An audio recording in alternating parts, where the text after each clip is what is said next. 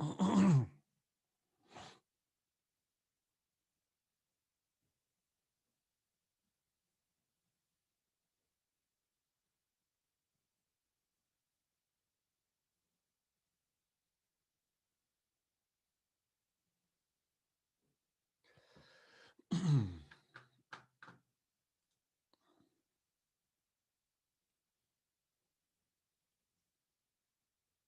man. Hey, can you hear me? I can. Can you hear me? Yep. Yeah, cool. Sorry about that. I was It's all good. just talking to a friend of mine who was in the industry and somebody else that we work with, a high profile individual uh, that maybe a lot of people know, just took his own life. Oh, So I was shit. just like, what the fuck, man? Completely floored me. Can you tell me who it is? You Um, don't have to. yeah, I don't know if I'll tell you. It's do you know who Rob Doble is from Havas? I don't. Okay. Sad. Do you know Havas? No. What's Habas? By the way, Uh, Sharmilla is on. Maybe should I let yeah, her in? yeah, they're a large agency, and they're Mm-hmm. the first. They created the first CME program for the cannabis space Oh, for wow. doctors. That's sad. Yeah, man. I All just right. talked Should to I him let last week. Sharmilla in? Yeah, yeah, you can let her in. All right. Let's do it. Do you know her pretty well? Yeah, Okay, cool. we haven't spoken in a while, but yeah, all good.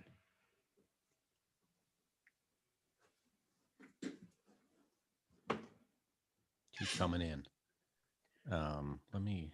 Yeah, While we're, I should record mine. Sorry. yeah, no, we're good. I mean, we haven't Just really. make sure you edit whatever I just said out. Oh, yeah. That's okay. For sure. That's not, I haven't even recorded yet. So we're good. Yeah, that's not good. Nice to meet you, by the way. I've never met you. So hi. Yes, nice to meet you. It's great to see you. It's been so long.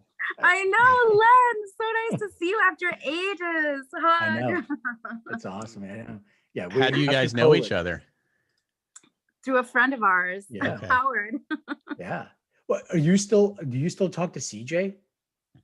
I do talk to CJ on occasion. Okay. On occasion. All right. I saw the face changed when I mentioned CJ, so we won't talk about him.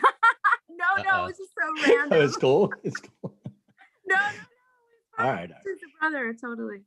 Yeah. Hey, by the way, just so you know, format wise, how we're gonna do this, and then we can talk about whatever. But there's so we'll intro you. I'll give sort of a brief introduction that you can talk about yourself. You can talk about whatever you want. Our format is we have several questions that we ask at all our guests. Once you answer those questions, however you want to answer them, you're free to go and just plug whatever you want to plug, so you can just disconnect. And this is a very casual conversation. We know each other, just friends.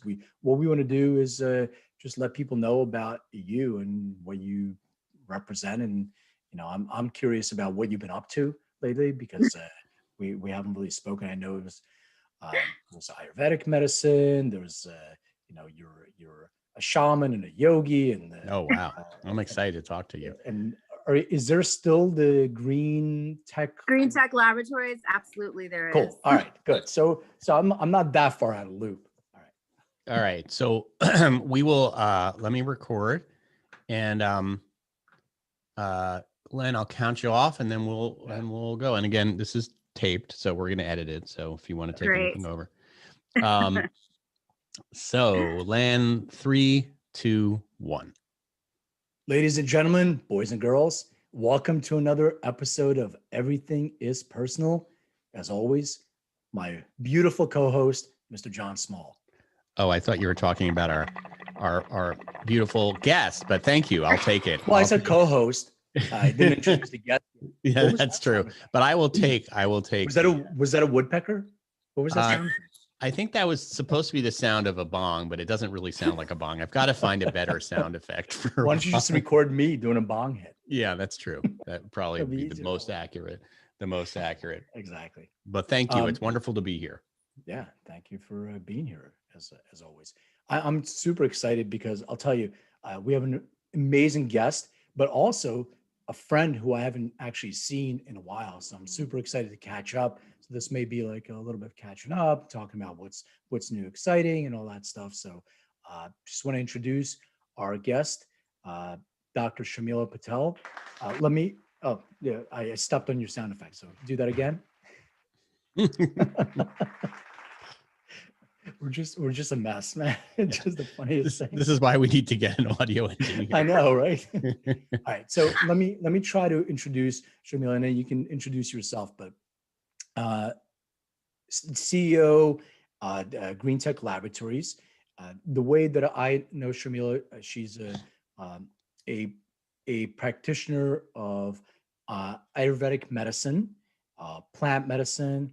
I believe there's also some yoga, some Kundalini, some sound healing, meditation, mindfulness, all that stuff. It's so amazing to have a doctor who's looking at the entire body, all the different things that are going on with our bodies, and looking to see what we can do to actually prevent and heal people, and not just like, give them a shot for something acute. So I may have not done the best job of introducing Sharmilla, but welcome to the show. And thank you for being here. Welcome. Thanks, Len. Thanks, guys. Thanks, John. It's such a pleasure. It's been a long time since I've seen you, Len. So excited to hang out with you for a little while, and you as well. Thank you. Mr. Strikefire. Yes, exactly. Mr. Strikefire, Jonathan Small. Thank you. It's really nice to meet you. We haven't met, but now I'm really intrigued. So can't wait to hear about you. Tell us what you've been up to. So first of all, can you give a little bit of a background and introduction, because I probably missed 20, 30 years of stuff. I don't know. Not that you're that old anyway. I'm just saying there's been years of stuff that I probably missed. So get us up to speed with a little bit about yourself, and then what have you been up to lately? Sure. Well, I'm a medical doctor, as you may have said, also an Ayurvedic specialist and a yogini. And basically what I have been up to is, as you'd mentioned, I founded a company called Green Tech Laboratories. And we are a biotech Ayurveda company. So, and I can't really explain exactly what we do under this umbrella, except to say it's definitely multidimensional. What's Ayurvedic medicine like for our listeners? What does that mean? So Ayurveda is the science of life. So in the Hindu Vedas, in the ancient Indian traditional culture, the study of the science of life, which included, but was not limited to, obviously, botanicals, but also the energy that is flowing through the body, and various aspects of that. So Ayur means life, and Veda is the study of life. So is that have to do with energy, and there's elements that are involved in that, right? So you're connecting to certain elements, and then there's certain things that you would do to be able to get everything in balance. Is that kind of how it works? I don't know a lot about it, but just from a novice kind so Ayurveda, it's basically based on the constitution of 5 elements: earth, wind, water, fire, and ether.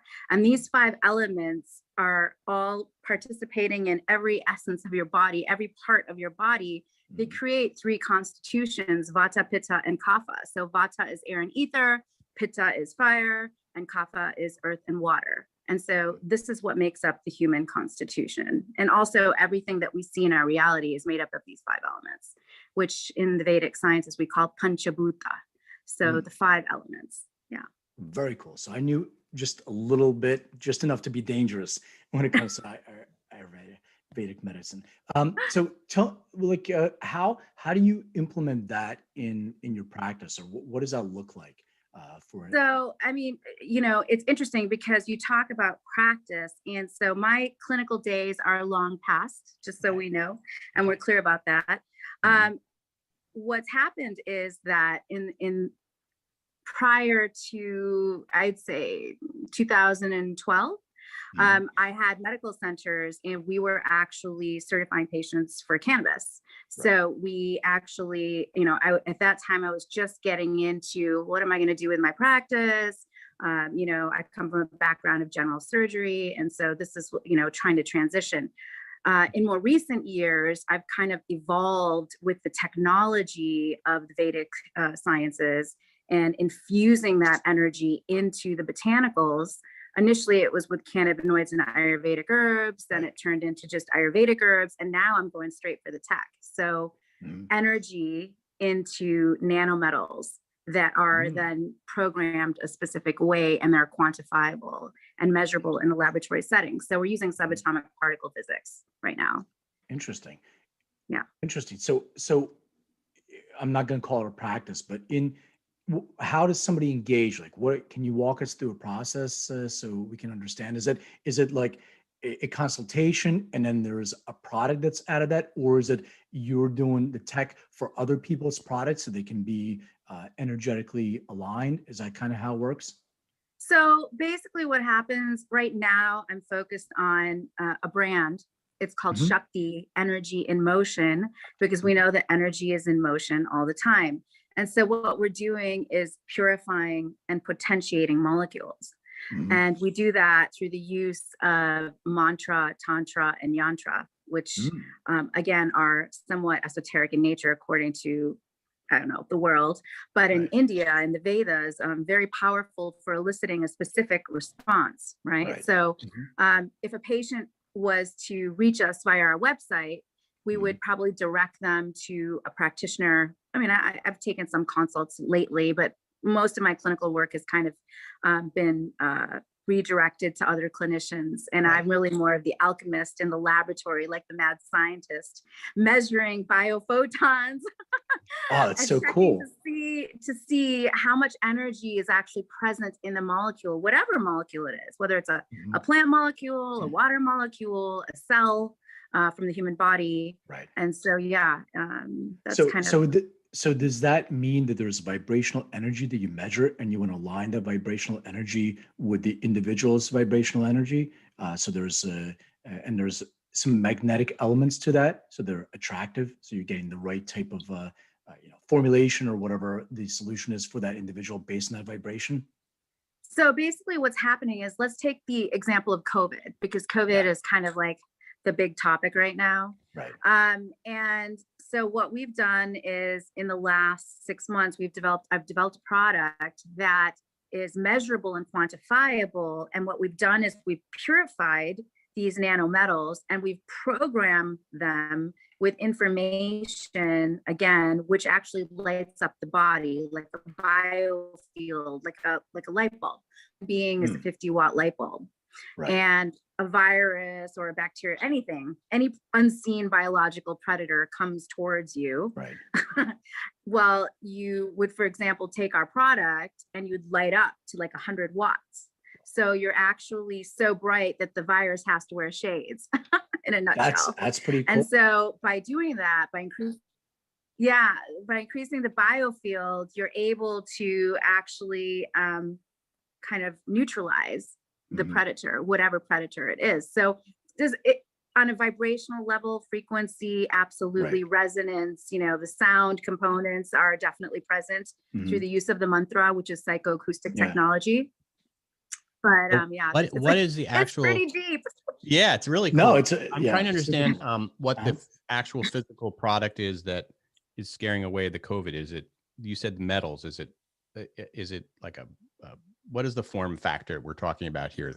Sure. So what we've done in our product called Shakti Energy in Motion, right, is we've taken 3 nanometals, copper, silver, and gold, and we've infused them into a structured water, which is also programmable, right? We know water, our body's made up of 80+% water.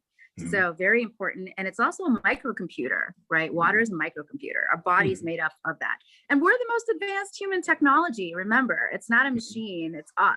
We are the most advanced human technology. So what we've done is I have infused a specific quantifiable energy into the nanometals that is measurable. And we check the electrical conductivity, we check the biochemical reaction or the biochemistry, and we also measure it against quantum theory and quantum properties. And then that is consumed by the human, and voila, you turn into this big bright light. It's like light in a bottle, basically, in a nutshell. Wow. And you mix it in your water? Yeah, we mix it into the water, and it's a consecrated water, and you mix it into your own water. Yeah. That's so cool. Consecrated water. What does that mean, consecrated water?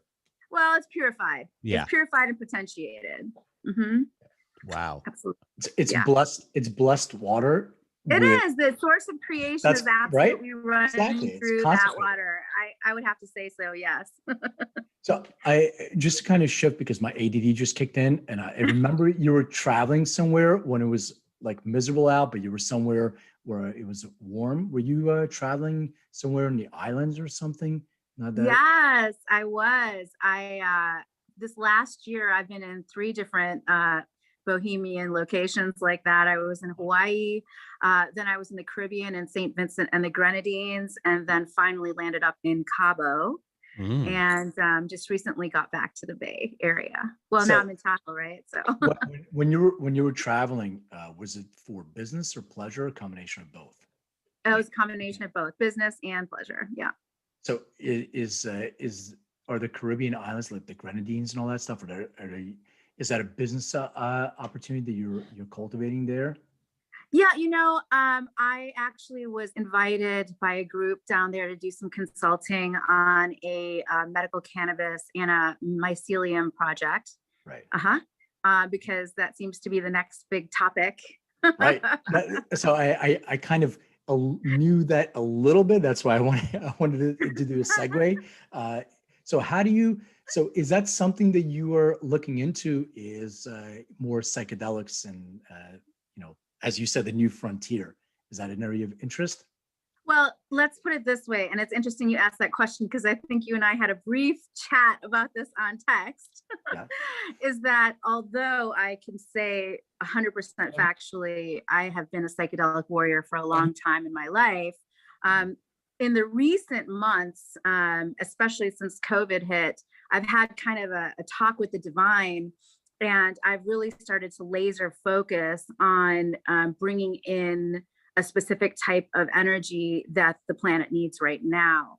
And so I'm a wealth of knowledge, and I'm happy to share the knowledge with those individuals that are working on those projects. However, my main focus is strictly moving towards advancing human technology. And I believe that those plants, those sacred teachers, those really powerful tools for transformation that exist on the planet are valuable. Otherwise, they wouldn't have been created. So, you have to honor them, right, for what they do and how they help you. And then you kind of, get spit out on the other side of that vortex into a new level of awakening and understanding where you pretty much can imbibe the energy around and start to feel the effects potentially of the growth that happens from, those tools. What can somebody do? Like, I had a little bit of really shocking news right before the podcast recording, and it sort of highlighted for me again how people are affected mentally during COVID. And sometimes, because I have a mindfulness practice and there's things that I do for myself, so maybe I take it for granted a little bit how it's affecting everybody else. And it really is. It's like, besides the virus, we have a parallel virus that's going on. People's finances, people's mental health. It's a huge issue. Is there anything that you can suggest for people to really kind of do and work on right now to sort of get their mindset and their body and everything in flow with energy? Absolutely. That's like opening up a can of worms, Len. You have 3 hours. I'm just going with the flow. I don't know. We don't prepare for these things. We just go. So. Well, there's so many different things that you can do.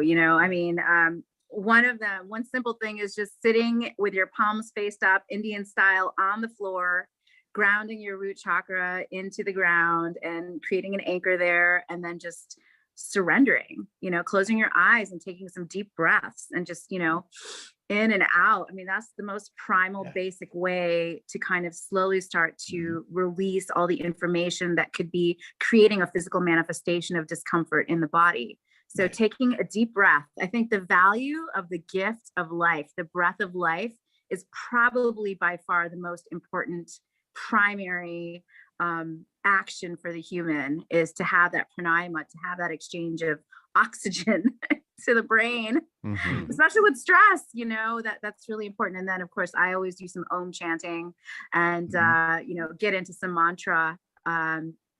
You know, I can say a mantra for you right now.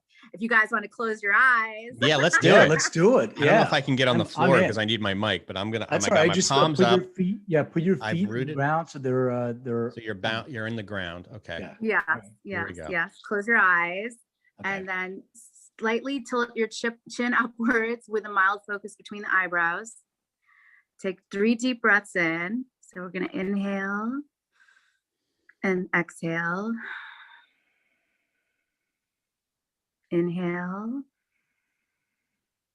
and exhale. One more time. Inhale and exhale. And feel calm. Om. Om. Om. Om Sahana Bhavatu. Sahana Bunaktu. Sahaviryam Karavavahai. Tejasvina Vedida Mastu. Mahavid Visha Vahai. Shanti, Shanti, Shanti.